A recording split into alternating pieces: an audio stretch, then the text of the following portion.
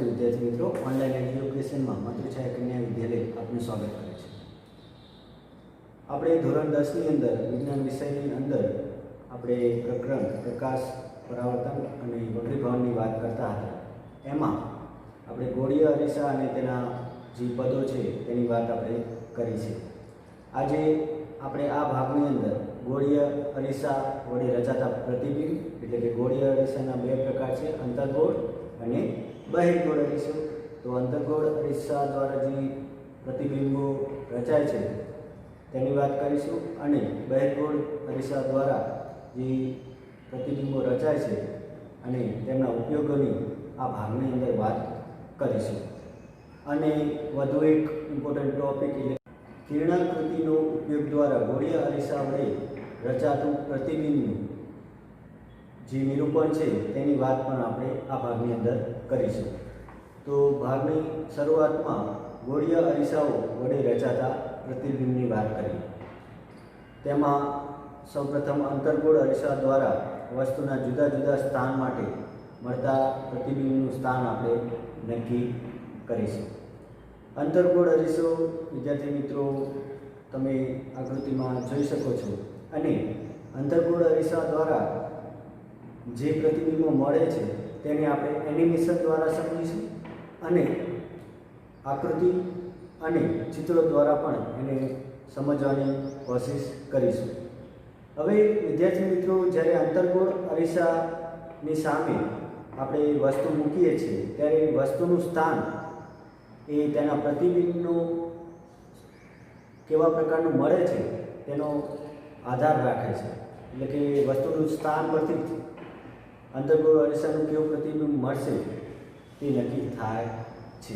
વસ્તુનું સ્થાન અનંત અંતરે હોઈ શકે, સી થી દૂર હોઈ શકે, સી પર હોઈ શકે, સી અને એફની વચ્ચે હોઈ શકે અને પી અને એફની વચ્ચે પણ વસ્તુનું સ્થાન હોઈ શકે। આમ વિવિધ સ્થાનોમાં આપણે વસ્તુને મૂકીશું અને અંતર્ગોળ અરીસા દ્વારા કેવા પ્રતિબિંબો મળે છે તેને આપણે જોઈશું અને નોંધ કરીશું।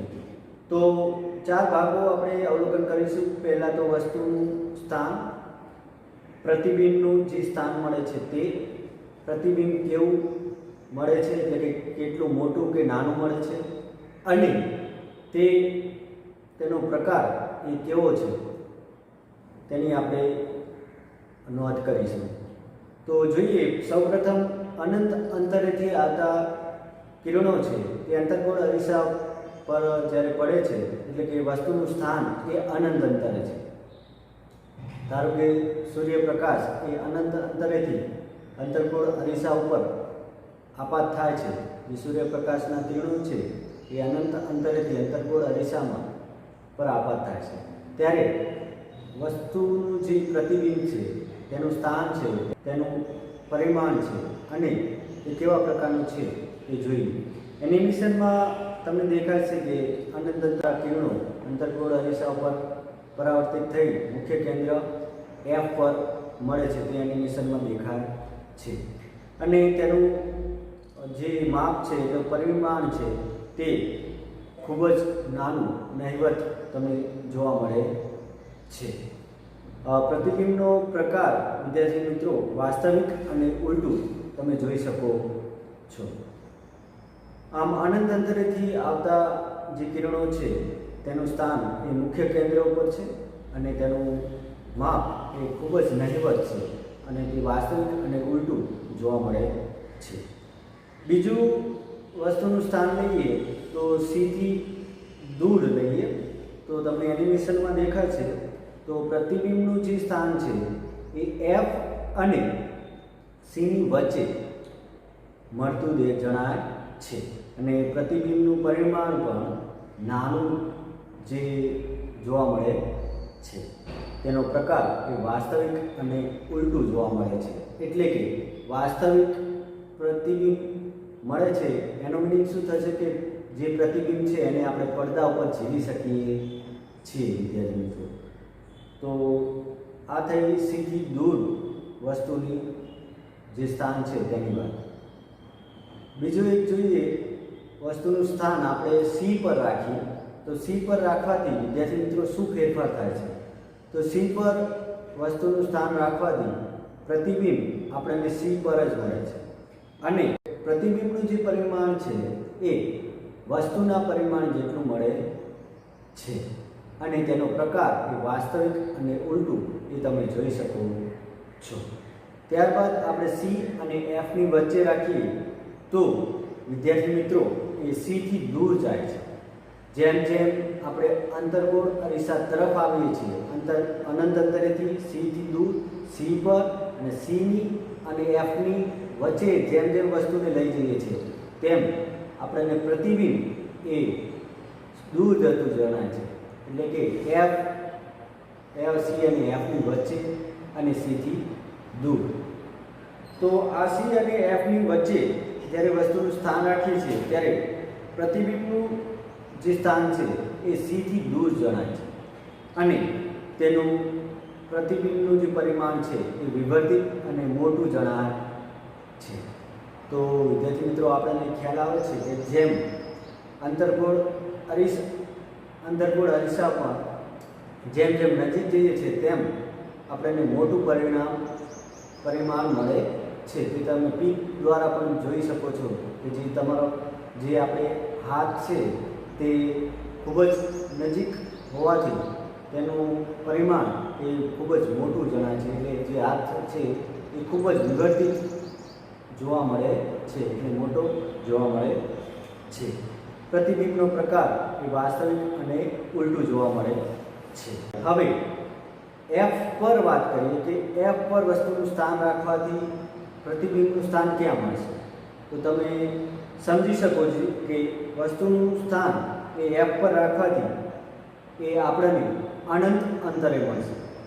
કેમ કે વિદ્યાર્થી મિત્રો આપણે અનંત અંતરે જ્યારે વસ્તુનું સ્થાન રાખ્યું ત્યારે પ્રતિબિંબનું સ્થાન ક્યાં મળ્યું હતું? એફ પર.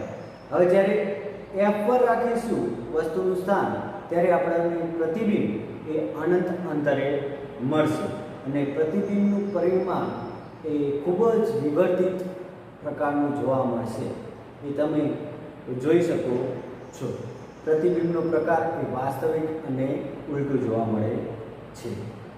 હજુ પણ અંતર્ગોળ અરીસાની નજીક લઈ જઈએ એટલે કે એ પી અને એફની વચ્ચે, એટલે એફની આગળ અને પીની પહેલાં, એટલે પી અને એફની વચ્ચે વસ્તુનું સ્થાન રાખીએ ત્યારે પ્રતિબિંબનું જે સ્થાન છે એ ક્યાં જોવા મળશે?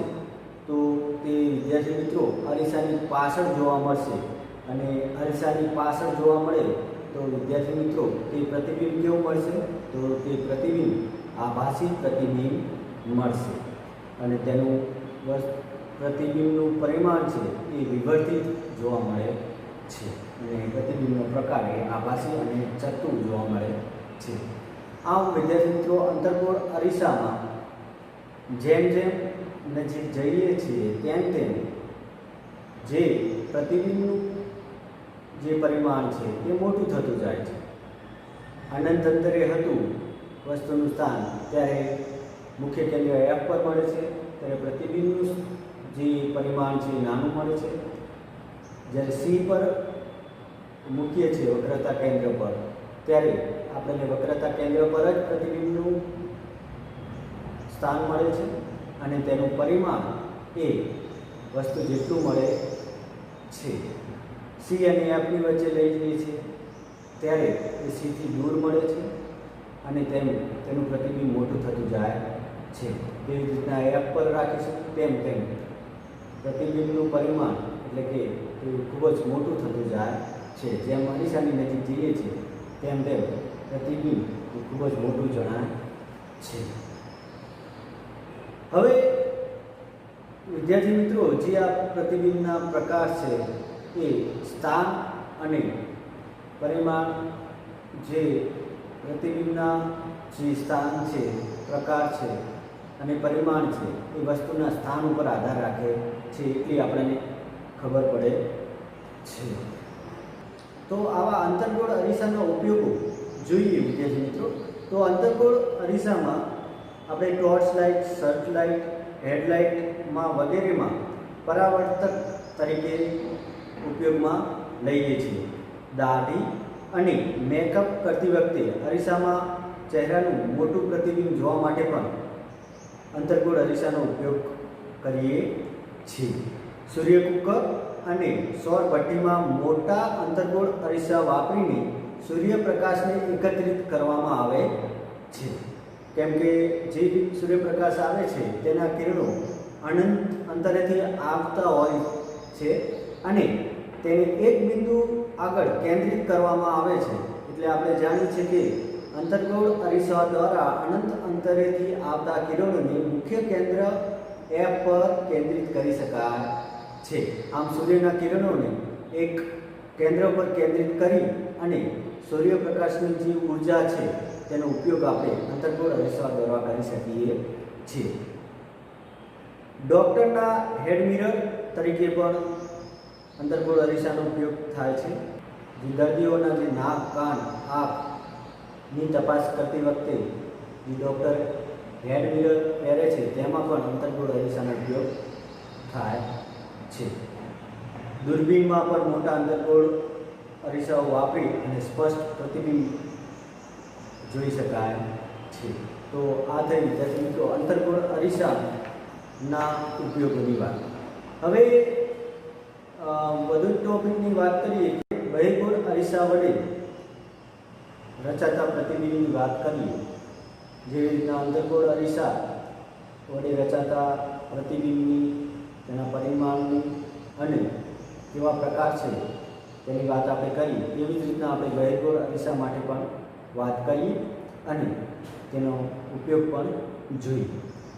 તો બહિર્ગોળ અરીસામાં જે વસ્તુનું સ્થાન છે તેમાં આપણે અનંત અંતરેથી ધ્રુવ P સુધી લઈ જઈશું અને તેના પ્રકાર અને કેવું પરિમાણ મળે છે તેની વાત આપણે કરીએ. તો સૌપ્રથમ અનંત અંતરેથી આવતા કિરણો એ બહિર્ગોળ અરીસા પર આપાત થાય છે ત્યારે પ્રતિબિંબનું સ્થાન એ ક્યાં મળે છે તેની વાત કરીએ. તો જ્યારે વસ્તુનું સ્થાન અનંત અંતરે હોય છે ત્યારે બહિર્ગોળ અરીસામાં પ્રતિબિંબનું સ્થાન એ અરીસાની પાછળ આપણને વિવિધ પ્રકારનું એટલે કે વિકેન્દ્રિત થઈ અને મુખ્ય કેન્દ્ર એફ પર કિરણો એ મળે છે. તેનું પરિમાણ એ ખૂબ જ નાનું અને બિંદુવત હોય છે. તેનો પ્રકાર એ આભાસી અને ચત્તુ જોવા મળે છે.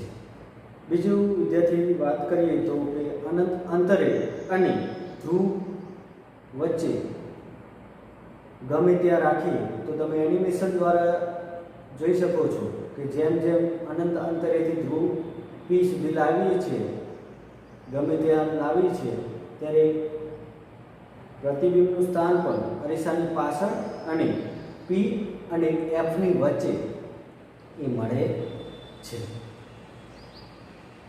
એ તમે જોઈ શકો છો.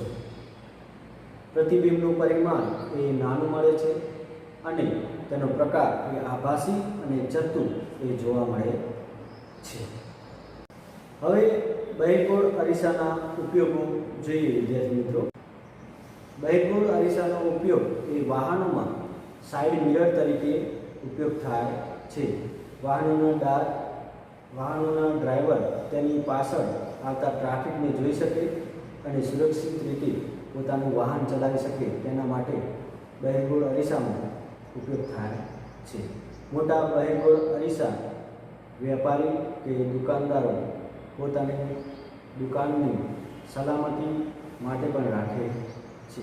તેના વડે ગ્રાહક પર નજર રાખી શકાય છે અને ચોરી થતી અટકાવી શકાય છે.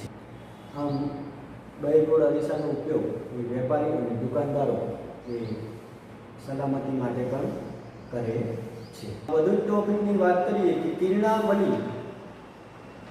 કિરણાકૃતિના ઉપયોગ દ્વારા ગોળીય અરીસાઓ વડે રચાતા પ્રતિબિંબનું નિરૂપણ. તો અંતર્ગોળ અરીસાની વાત પણ કરીશું આપણે કે જે અરીસા પર કિરણો આપાત થાય છે, વસ્તુનું સ્થાન છે અને આપણને પ્રતિબિંબનું સ્થાન જે મળે છે તેને આપણે કિરણાકૃતિ દ્વારા આપણે દર્શાવીશું અને તેના પ્રતિબિંબનું નિરૂપણ આપણે કરીશું. તેના આપણે એનિમેશનો જોઈ ગયા છીએ, તો તેની આકૃતિ એ પણ આપણે જોઈશું. આપણને વિદ્યાર્થી મિત્રો પ્રશ્ન થાય કે ગોળીય અરીસા દ્વારા જે પ્રતિબિંબ મળે છે તે પ્રતિબિંબ મેળવવા માટે કેટલા કિરણોની જરૂર પડે છે અને શા માટે?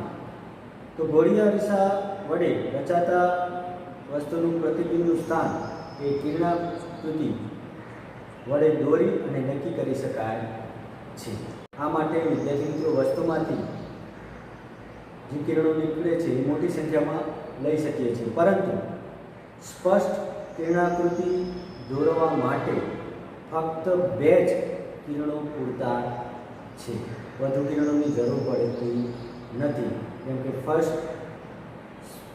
સ્પષ્ટ પ્રતિબિંબ મેળવવા માટે ફક્ત 2 જ કિરણોની જરૂર પડે છે, કારણ કે બિંદુવત વસ્તુના પ્રતિબિંબનું સ્થાન 2 પ્રતિબિંબના છેદ બિંદુ દ્વારા પ્રાપ્ત થાય છે.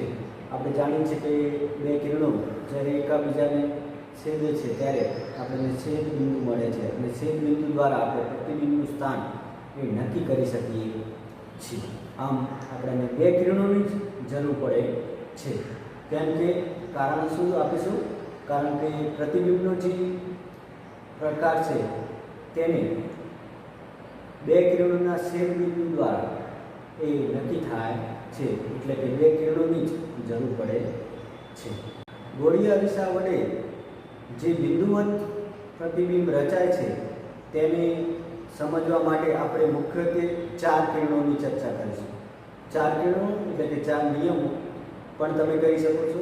એ 4 કિરણો દ્વારા જે ગોળીય અરીસા દ્વારા પ્રતિબિંબ રચાય છે તેની આપણે વાત કરીશું.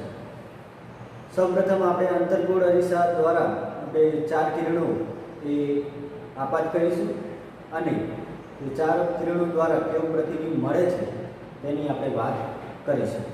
પ્રથમ કિરણ અથવા પ્રથમ નિયમ પર તમે કહી શકો. પ્રથમ કિરણ નંબર 1, મુખ્ય અક્ષને સમાંતર કિરણ. મુખ્ય અક્ષની સમાંતર દિશામાં આપાત થતું કિરણ અંતર્ગોળ અરીસા પરથી પરાવર્તન પામી અને મુખ્ય કેન્દ્ર F પર માંથી પસાર થાય છે. અથવા તમે બહિર્ગોળ અરીસો લો તો બહિર્ગોળ અરીસાના જે મુખ્ય કેન્દ્ર F પરથી વિકેન્દ્રિત થતું હોય તેવો ભાસ થાય છે. તો વિદ્યાર્થી મિત્રો, અંતર્ગોળ અરીસા પર જ્યારે મુખ્ય અક્ષને સમાંતર કિરણ આપાત કરવામાં આવે છે ત્યારે અંતર્ગોળ અરીસા પરથી તે પરાવર્તિત પામી અને મુખ્ય કેન્દ્ર પર તે કેન્દ્રિત થાય છે. તે આપણે એનિમેશન દ્વારા પણ જોઈ ગયા છીએ. તો બહિર્ગોળ અરીસામાં પણ તે મુખ્ય કેન્દ્ર પર એ વિકેન્દ્રિત થતો હોય તેવો ભાસ થાય છે, તે પણ આપણે જોઈ ગયા છીએ. તો કિરણ નંબર 1 ની વાત આપણે આ રીતના આકૃતિ દ્વારા તમે જોઈ અને સમજી શકો છો. કિરણ 2 ની વાત કરીએ તો મુખ્ય કેન્દ્રમાંથી પસાર થતું કિરણ. સૌપ્રથમ એ અનંત અંતરેથી આવતું કિરણ એટલે કે મુખ્ય અક્ષને સમાંતર કિરણ એ મુખ્ય કેન્દ્ર પર કેન્દ્રિત થાય છે. અંતર્ગોળ અરીસો હોય અથવા બહિર્ગોળ અરીસો હોય. અંતર્ગોળ અરીસામાં તે કેન્દ્રિત થશે અને બહિર્ગોળ અરીસામાં વિકેન્દ્રિત થતો હોય તેવો ભાસ થશે. કિરણ નંબર 2 ની વાત કરીએ તો મુખ્ય કેન્દ્રમાંથી પસાર થતું કિરણ. તો વિદ્યાર્થી મિત્રો, જો પ્રકાશનું કિરણ અંતર્ગોળ અરીસામાં મુખ્ય કેન્દ્રમાંથી પસાર થતું હોય તો તે મુખ્ય અક્ષને સમાંતર દિશામાં પરાવર્તિત થાય છે. તો કિરણ નંબર 1 કરતાં ઉલટું. કિરણ નંબર 1 માં શું હતું? સમાંતર જે કિરણ છે તે મુખ્ય કેન્દ્ર પર કેન્દ્રિત થાય છે, જ્યારે મુખ્ય કેન્દ્ર પરથી કિરણ પસાર થતું હશે ત્યારે તે મુખ્ય અક્ષને સમાંતર એ પરાવર્તિત થાય છે. આ થઈ અંતર્ગોળ અરીસાની વાત. તેવી જ રીતના બહિર્ગોળ અરીસામાં પણ મુખ્ય કેન્દ્ર પરથી જ્યારે કિરણ પસાર કરવામાં આવે છે ત્યારે એ બહિર્ગોળ અરીસા પરથી કિરણ પરાવર્તિત થઈ અને મુખ્ય અક્ષને સમાંતર એ પરાવર્તિત થાય છે. આ થઈ વિદ્યાર્થી મિત્રો કિરણ નંબર 2 એની આકૃતિ દ્વારા પણ તમે સમજી શકો છો. કિરણ નંબર 3 ની વાત કરીએ તો વક્રતા કેન્દ્રમાંથી પસાર થતું કિરણ. અંતર્ગોળ અરીસામાં વક્રતા કેન્દ્રમાંથી પસાર થતું કિરણ એ અંતર્ગોળ અરીસા પરથી પરાવર્તિત થઈ અને વક્રતા કેન્દ્ર પર જ આપણને પરાવર્તિત જોવા મળે છે, એટલે કે આપણને પાછું મળે છે. એટલે વક્રતા કેન્દ્ર પર જ આપણને જો કિરણ આપણે આપાત કરીશું તો તેની તે દિશામાં આપણને કિરણ એ પાછું મળે છે. તેવી જ રીતના બહિર્ગોળ અરીસામાં જ્યારે વક્રતા કેન્દ્રમાંથી પસાર કરવામાં આવે છે ત્યારે તે બહિર્ગોળ અરીસા પર પરાવર્તિત થઈ અને તે જ પદ પર આપણને પાછું જોવા મળે છે. તો આ તમે બંને આકૃતિ દ્વારા કિરણની વક્રતા કેન્દ્ર પર આમ કિરણ નંબર 3 ની આકૃતિ એ તમે જોઈ અને સમજી શકો છો. કેમ કે આપણે જ્યારે વસ્તુનું સ્થાન એ વક્રતા કેન્દ્ર પર સી પર મૂકીએ છીએ ત્યારે આપણને પ્રતિબિંબનું સ્થાન પણ વક્રતા કેન્દ્ર સી પર મળે છે. એટલે કે તેના તે પથ પર એ કિરણ પાછું ફરશે તેનું આપણને ખ્યાલ આવે છે. તેને આપણે આકૃતિ દ્વારા પણ તમે સમજી શકો છો. હવે વિદ્યાર્થી મિત્રો કિરણ નંબર 4 ની વાત કરીએ તો અરીસાના જે મુખ્ય અક્ષ છે તેની સાથે કિરણ એ નિશ્ચિત કોણ બનાવે છે. તે કોણ ધ્રુવ P પર કોણ બનાવતું હોય તેની વાત કરીએ તો વિદ્યાર્થી મિત્રો અંતર્ગોળ અને બહિર્ગોળ અરીસામાં બંનેમાં જ્યારે કિરણ એ અંતર્ગોળ અરીસામાં ધ્રુવ P પર આપાત થાય છે ત્યારે ત્યાંથી ધ્રુવ P પરથી પરાવર્તિત થઈ અને તે બે ખૂણા બનાવે છે, જેને આપણે આપાત કોણ અને પરાવર્તક કોણ કહીએ છીએ. તો આપાત કોણ અને પરાવર્તક કોણ એ સમાન હોય છે તેવું આપણે કહી શકીએ છીએ. તો ધ્રુવ P પર જે આપાત કોણ અને પરાવર્તક કોણ બનાવે છે તે બંને એ સમાન છે. તેવી જ રીતના બહિર્ગોળ અરીસામાં પણ જે ધ્રુવ P છે તેના પર આપાત કિરણ અને પરાવર્તિત કિરણ દ્વારા આપાત કોણ અને પરાવર્તક કોણ એ બનાવાય છે. તે આપાત કોણ અને પરાવર્તક કોણ એ સમાન હોય છે. તે આપણે પરાવર્તનના નિયમ પરથી પણ આપણે કહી શકીએ છીએ. તો આ થઈ વિદ્યાર્થી મિત્રો 4 કિરણની વાત અને તેના તમે પીક પણ તમે જોઈ શકો છો અને તમે વધુ પ્રેક્ટિસ પણ કરી શકો છો. તો વિદ્યાર્થી મિત્રો આ ભાગની અંદર આટલું. થોડા પ્રશ્નો અને થોડા પ્રેક્ટિસ વર્ક એ મૂકું છું કે તમે કરશો અને આ ટૉપિક ખૂબ જ અગત્યનો છે. તેને વારંવાર વાંચો અને સમજો. ધન્યવાદ.